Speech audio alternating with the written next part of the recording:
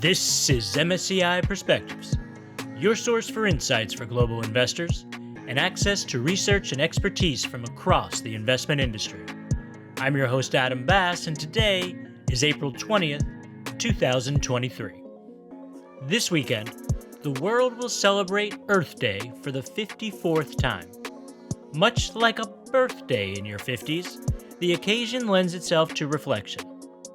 It's a time to take stock and see what's going well and where you could probably do with some extra effort before next year rolls around. To help us with this, the Intergovernmental Panel on Climate Change, or IPCC, spoiler alert by the way, there are going to be a lot of acronyms in this episode. The IPCC released its latest report called the Synthesis Report about a month ago, which means our guests have had time to digest it. And our first guest... My name is Marchand, and I am the Global Head of Climate Research at MSCI. As Oliver explained, the Synthesis Report... It's like a summary of the summary. 234 scientists from 66 countries were involved in the drafting of the report. 14,000 papers were disseminated, and the full report is about 4,000 pages long. This might be the most advanced summary report on any scientific topic ever conducted. There's no other scientific topic where we do have this regular and comprehensive summary. Oliver went on to tell us that the report's findings have a connection for him to another annual ritual, Groundhog Day. No, not that Groundhog Day. Yesterday, we had our Groundhog Day event here in Zurich, Switzerland, which is a peculiar event where they start a big fire. They ride with dozens of horses around this huge fire, and they wait until a kind of a paper made snowman that has explosives in its head explodes. And it usually takes around, let's say, 10 to 20 minutes. And funny enough, yesterday, it was the longest time in history. It took 57 minutes. Now, the reason why this is kind of ironic is because it's a traditional belief that if it takes a long time, it is a bad summer. So in the context of climate change, depending on what you call a good or a bad summer, our Groundhog Day event is kind of echoing what the IPCC report is saying. Basically, summers will become hotter and drier, and the prospect of a bad summer, at least in the climate change sense, is becoming more likely. And by a bad summer, what Oliver means is... It's very clear. It's the starkest warning that we see globally that climate change is an existential threat and that major inevitable changes lay ahead of us. One of the new things in the report is that they don't say it openly, but I think 1.5 is pretty much impossible to reach. I'm sorry, what? There's no credible scenario to reach 1.5, so the report outlines a pathway to 1.6.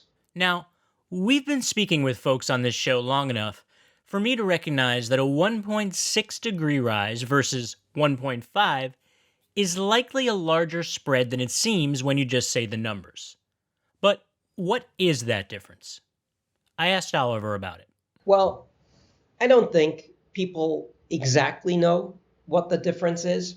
You should think of these different temperature goals as a cliff. If you fall over the cliff, we would experience what is called runaway climate change. So that the Earth's atmospheric and ecosystem would kind of spiral out of control so that no matter what we do, we wouldn't be able to control the consequences. The whole idea of limiting warming or limiting climate change is to stay away from that cliff as much as possible. And I think has been a little bit of a misconception for the last few years about the 2-degree goal. It's not a target where we want to be, but it's actually that cliff that we want to stay away from. So that's why every 1/10 of a degree is kind of important as a safeguard. After the part about the long, hot summer, and no credible path to 1.5 degrees. We did also hear Oliver mention that the report does outline a plan to get to 1.6 degrees. That's good, right? I take it kind of with the wise words of the Grand Chess Master Kasparov from Russia, who says that he learned from chess that it's better to have a bad plan than not having a plan at all, because it does enable us to improve our strategy until we do really have a good strategy. But wait, it actually does get a little better from there. That good strategy is included in the report. It's called SSP1. The SSPs are shared socioeconomic pathways, and it's a very scientific way of describing how society could move into the future. And they're numbered from 1 to 5, from 1 good to 5 bad. The SSP1 is called the Green Road, and it does land at 1.6 degrees, and it's still theoretically deemed as possible. But it comes with a lot of requirements. One big requirement is that we reduce our emissions by 50% by the year 2030, and that our population growth peaks by mid-century. It means that in terms of economic growth, we completely shift towards sustainable and resource-efficient models, that we see a decline in inequality and poverty. In terms of energy and emissions, it means a rapid shift to renewable energies and a shift away from fossil fuels. When it comes to land use and food systems, it means a significant expansion of forests and a reduction in deforestation, a reduction in the use of synthetic fertilizers, and a rapid shift to a diet that is more plant-based. And in terms of governance and policies, it means global and strong and effective implementations of policies and governments, and it means international cooperation. That, as a package, would mean a 1.6 degree world by the year 2100. So, if I'm hearing you correctly, and not to be completely cynical about this, but we basically just have to solve all of the world's problems. Is that an overstatement? I don't think all the problems, but yeah, all of the climate problems. I agree. It is very, very difficult. But, one conclusion of the report is that every 10th of a degree counts. And, well, we just need to try. It's what we need to do. That sentiment right there, the idea that we have to start somewhere. That also came up when we spoke with our other guest for today on the climate-adjacent topic of biodiversity. My name is Arne Philipp Klug. I'm the Biodiversity Research Director at MSCI. If you're less familiar with biodiversity, why it's important, why it matters for investors, don't worry. As Arne explained, It's not a mainstream topic yet, unlike climate change, but there's also a growing understanding of the importance of biodiversity. And the climate change debate has certainly also laid the groundwork why investors now care about biodiversity laws more and more. And the answer is quite simple, because returns are really at risk. Biodiversity is not just about protecting the polar bear or the honeybee for the sake of beauty of nature. It's really about a business dependency of companies and investors, because biodiversity really ensures the healthy ecosystems and the functioning of all natural processes we depend on. And if biodiversity is lost, societies and economies would face existential threats, because more than half of the world's economic output really depends highly or moderately on intact ecosystems and their benefits. These benefits include food and raw material supply, climate control, soil formation, water and air purification, or pollination. And these are all free services provided by nature, and many of the sectors highly depend on it. Maybe an interesting example, the global chocolate production depends on a tiny insect, a biting midge, that is small enough to pollinate the blossoms of a cocoa tree. And if this midge becomes extinct, the global chocolate supply is at risk, right? And okay, we might live without chocolate, but our food system really depends on biodiversity, on healthy soils, on water. And 75% of our global food crops rely on animal pollination. But not only these more intuitive sectors are at risks. For example, the pharma sector depends on rainforest as a key source for medicine and drug development. we will get specifically to the you have to do something part, but before we do, I think it makes sense for us to look at the latest assessment of where we stand in terms of biodiversity. Now, for that, we have to look back a few months before the IPCC climate change report. Not that far, though, just back to December and a conference known as COP15. So in December, right, 190 governments met in Montreal at this UN Biodiversity Conference, and the parties agreed on a global biodiversity framework that really has some specific goals. And one is to protect 30% of planet's land and water by 2030, so by the end of this decade, and also to phase out subsidies to harm nature. And this agreement can be really considered a milestone, potentially similar to what Paris was for climate, because now we expect more national governments to map out action plans to achieve these goals. And this could lead to new regulations affecting companies and investors. And so the COP15 really talks about the importance of the financial markets, about the investment community to tackle biodiversity risks and impacts, to start reporting on these ones. Also the need for finance to invest in biodiversity-related solutions to tackle the crisis. 2030, that's only 7 years from now. Is that a realistic goal? I think the situation right now is not that good because the last decade's goals were not met. So we still really have a lot of room for improvement to meet these goals because nature and ecosystems are not in a good shape. 25% of all plant and animal species might face extinction risk in the next decades. And we've seen really a degradation of natural ecosystems around the globe. A lot of room for improvement and need for action right now. That's where it starts to get tricky. You see, while climate change and biodiversity risk are certainly linked, and both pose clear risks for the world as a whole as well as investors, there are differences. I think where these two are a little bit different is, first of all, I think more research has gone into climate change. The UN process is a lot more advanced. And it's kind of interesting that we can kind of condense down climate change into an emissions problem, whereas with biodiversity, it's much more complicated because it touches land, species, the oceans, different habitats, water, soil structure, pollution in the atmosphere. It's much more diverse. Think of the connections and interdependencies of all natural processes on our planet. Take an ecosystem like the forest, for example. If the population of one specific species grows or new species enter the ecosystem, this change could really have significant impacts on the whole system. It may lead to disruptions in the food chain, in water, carbon, nutrient cycles, and so on.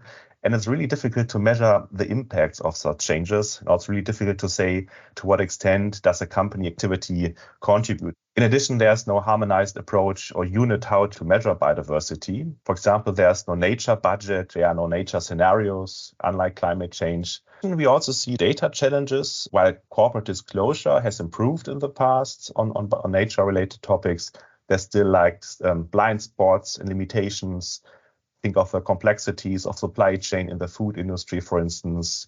For climate change, we have seen really companies increasingly report on their measures, on their risks, and so on. For biodiversity, that's not still the case. Often we hear complaints from investors saying there's not enough data available to measure risk. And that's certainly true, that data should be better. At the same time, it's not an excuse, right, to do nothing. See, I told you we'd get there. And Arne also went on to say that there are, in fact, a lot of tools and proxies available already to start focusing on biodiversity. And so actually to make better informed investment decisions, we see new technologies arising to better measure biodiversity. For example, the use of satellite images, remote sensing technologies, and also more harmonization, especially the upcoming task force for nature-related financial disclosure. They have actually going to finalize a framework later on this year that could lead to more harmonization in the market. Whether we're talking about biodiversity or climate change, a lot of the push forward has come from governments, from regulations. It's not a panacea, but it is an important part of the green road Oliver talked about, and it has helped, especially in Europe. There's probably hardly a financial organization globally that doesn't have a piece of regulation pending that they need to address. It might be a disclosure, it might be something related to strategy, it might be related to risk management. It's most advanced in Europe. And that is because of the European Union. There is more of a chance for homogeneous regulation. And let me walk you through a couple of examples of climate change regulation, not because our listeners should know all of the details, but I want to highlight how diverse these regulations are. So one popular one is SFDR. So basically, I'm going to explain all acronyms. Ah, a man after my own heart. The Sustainable Finance Disclosure Regulation, and the title kind of displays or tells you that it's all about disclosure. All financial market participants and financial advisors in the EU need to disclose what categories their investments fall into. And they've established a new kind of taxonomy, you could say, that they call Article 6, Article 8, and Article 9. Article 6 investments, these are investments that don't have to do anything with sustainability or ESG. For those, you need to explain that they do no massive harm. For Article 8, these are investments that are not strictly an environmental investment, but they do kind of promote characteristics. So for example, if you have a fund that's a little bit tilted towards lower emissions, then that's not strictly climate solution, but it does help a little bit climate change. And an Article 9 investment would be a green bond or something that has strict sustainability objectives, kind of an impact investment. And effective since 1st of January of this year, all of the technical standards, the so-called regulatory technical standards are out there, and all these institutions have to report. The second one closely related is the EU taxonomy. It's been debated a lot. And the EU taxonomy basically identifies 6 environmental objectives: climate change mitigation, adaptation, sustainable use of water, circular economy, pollution prevention, biodiversity and ecosystems. So if you call something sustainable, it must comply with the technical screening criteria associated with these objectives. With different regulations affecting companies and investors, the EU taxonomy, the SFDR, and also upcoming reporting standards include specific biodiversity criteria. Another example, the EU has finalized a new regulation last year on deforestation-free supply chains. Certain commodities and products will not be allowed to enter the EU markets anymore. These have led to deforestation. So the EU is really leading in terms of granularity, but also other countries like the United States and the UK have started to establish regulations on biodiversity. These regulations will affect both companies and investors. In the near future, there will be quite ambitious reporting standards to be finalized that affect companies and investors to report on risks and dependencies. Investors really could face more and more pressure to report on their biodiversity risks in their portfolios. A prominent example is France, the Article 29. That's a regulation affecting investors to report on to what extent their portfolio is related to biodiversity risks, impacts, and dependency. So that's something that can really also put a lot of pressure on investors in France, but also in other markets. Next up, regulation-wise, the TCFD, or the Task Force on Climate-Related Financial Disclosures. The TCFD recommendations is basically a booklet of 80 pages that explains how to write a climate change strategy report. It has 4 pillars: governance, strategy, risk management, and metrics and targets. And 4,000 companies in 101 jurisdictions, countries meaning, written a TCFD report by March 2023. So I guess globally that is the most popular one. And I'll just point out one more, and that is the EBA Pillar 3 regulation. So the EBA is the European Banking Authority. It oversees the financial industry in the EU since 2011. It basically has 3 purposes. One is regulatory and supervisory convergence, that there is a level playing field in the EU. Pillar 2 is risk assessment, that is just stress testing, basically financial stability. And then there is a Pillar 3, which is all about consumer protection and transparency. And this newest climate change regulation is related to this third pillar. And it targets banks. These banks are basically being asked to fill out 10 different templates. You can really think of them as very concrete Excel templates that these banks have to fill out. And they're mostly focused on physical risk. You need to kind of report on the physical risk that you have. So you can see if your job is climate change reporting for an EU financial institution, you have to dig through all of these documents, templates. It's a big, big task. Whether through better data, regulation, or greater recognition of the issues by investors, clearly there's been progress. In many ways, however, the IPCC report, COP15, and even this conversation may still seem somewhat reminiscent of the Groundhog Day you likely thought I was referring to earlier. You know, the movie where Bill Murray lives the same day over and over until he, in some interpretations, learns whatever lessons the universe was trying to teach him. But why is it so important for us to talk about biodiversity and climate change together? Biodiversity and climate change are completely interlinked. They're really yin and yang of the ecological future of our planet. On the one hand, climate change does affect many and is the reason for many of the biodiversity issues that we currently experience, mainly that we're in the sixth mass extinction period and that we're seeing biodiversity loss at an unprecedented scale. Some of the unsustainable practices of our current economy are both drivers for climate change and the biodiversity crisis. And there's also a reverse link, meaning that biodiversity impacts climate change in that, for example, additional forest fires are drivers of climate change, and many of the solutions to climate change, or at least a large class, it's not only wind farms and vegan burgers, but a lot of these solutions, especially the ones that we need in terms of negative emissions technology, are often nature-based. Both issues affect each other. Climate change is the main driver of biodiversity loss. Extreme droughts could destroy habitats of many species. Global warming could affect cold-loving species, such as the polar bear. Rising sea levels threaten coastal ecosystems. Climate change affects growing seasons of plants. At the same time, biodiversity and intact nature is key to combat climate change because forests, wetlands, and oceans are really crucial carbon sinks. Forests absorb 20% of man-made GHG emissions, ocean even 25%. So if we continue to cut down forests and pollute oceans, we won't be able to achieve global climate goals. Intact ecosystems are essential to protect against the consequences of climate change.